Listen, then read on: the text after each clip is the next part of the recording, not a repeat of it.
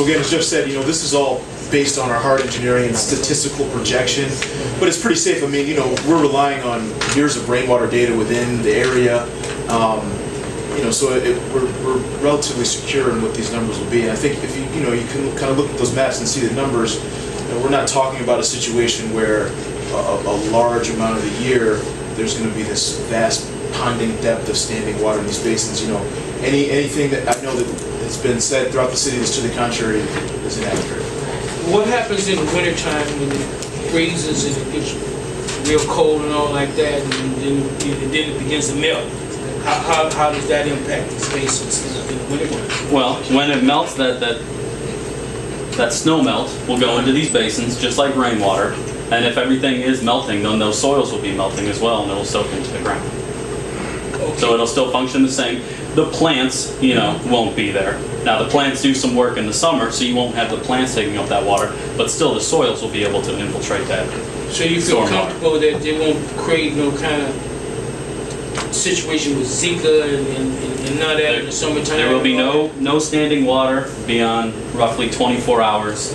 Mosquitoes need more than 24 hours. They need up to like 7 days to mature, so mosquitoes won't be a problem. So these are going to be on a larger scale than the ones that are actually located at Mildred Brewer. And if that's the case, then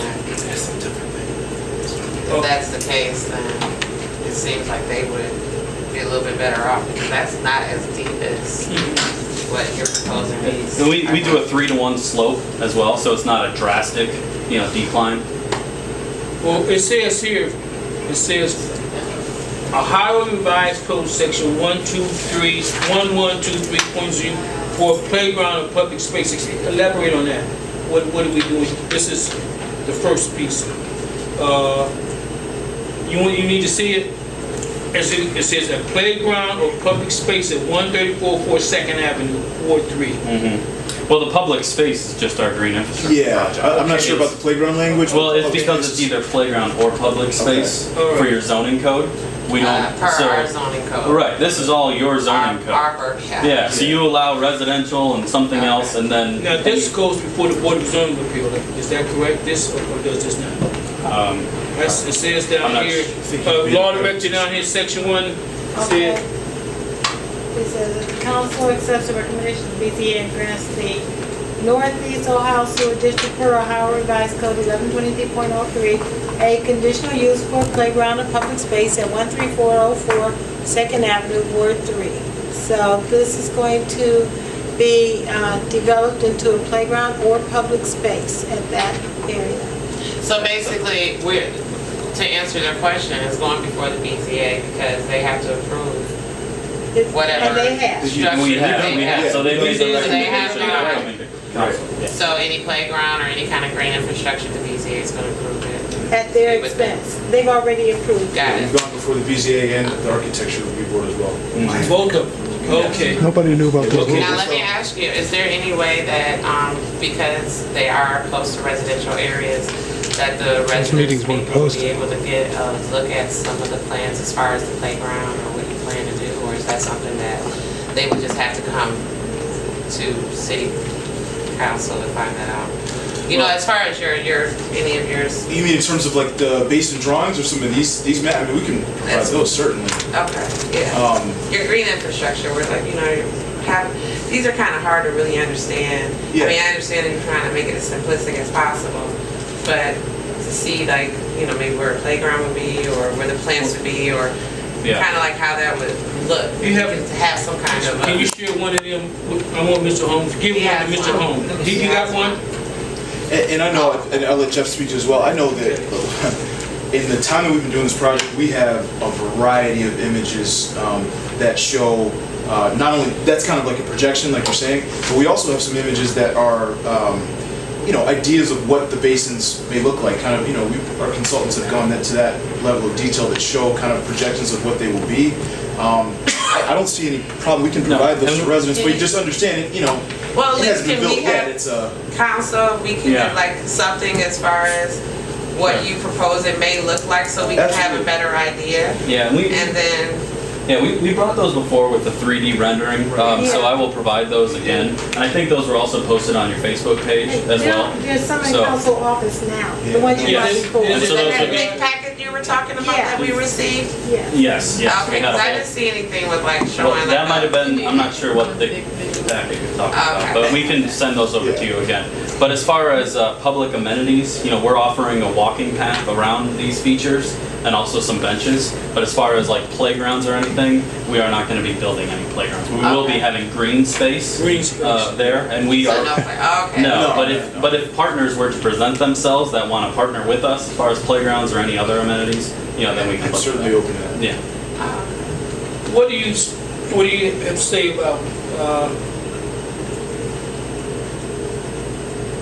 we making it look real beautiful, I mean, making it look real accessible, and we're gonna get to this fence thing, because I think the last time we talked about, I think it was suggested that there be a 6-foot fence on the ones that have fencing, 3616, a resolution granting a variance permit to Northeast Ohio Regional Sewer District and recommendation to council for height and location of construction. And I looked at a couple of those, but it didn't specify how high the fence would be.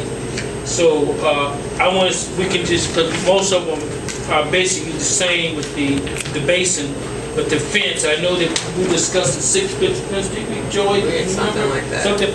Well, that was something the residents kind of brought to the table and Absolutely. said, we don't want the kids falling and drown or anything to get caught in that. And so, And so here's kind of the discussion that Jeff and I had with our engineer preparing for this meeting, actually, was that yesterday, 2 days ago? Okay. So with regard to the fence height, we were thinking about going with what the residents requested, with going with the higher fence. Okay. But what we've kind of gotten to the point of is we want to, for lack of a better term, kind of like straddle the line between having a fence that would dissuade people from being able to get over it, but then also in the event, the extremely unlikely event that anyone was ever inside of it, that they'd also be able to get back out, if that makes sense. Yeah. So that's why we're leaning against going towards the higher fence. So if you just put that to the side for a second, the one thing I'm sure Jeff would agree as well, the fact that we're even having a fence at all around these basins is purely in response to resident concerns, because we've done similar type of projects and many other green infrastructure basins throughout the country that are similar.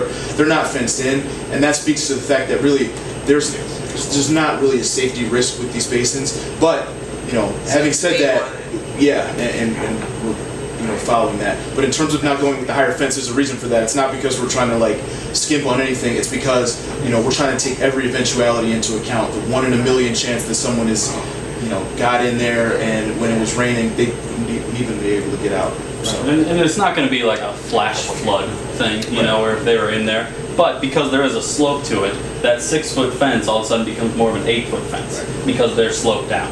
And so the idea was, and I think this was before the Architectural Review Board, was that the bigger kids are going to be able to get over a 6-foot fence anyway. But then when they get in there, they may not be able to get over that 8-foot fence when they have that slope. So let's have a medium, fence that, okay, the big kids might still get in, but then at least they can get out for their own safety, but it will keep the smaller kids out that are more vulnerable. and in your opinion, do you think the fence that are being proposed or that the public wants, will that take away from any of the it might, but I think that aesthetic of the park-like setting, or will it look more like a military zone with, what I mean? yeah, no, I understand the question. I'm trying to picture it. Honestly,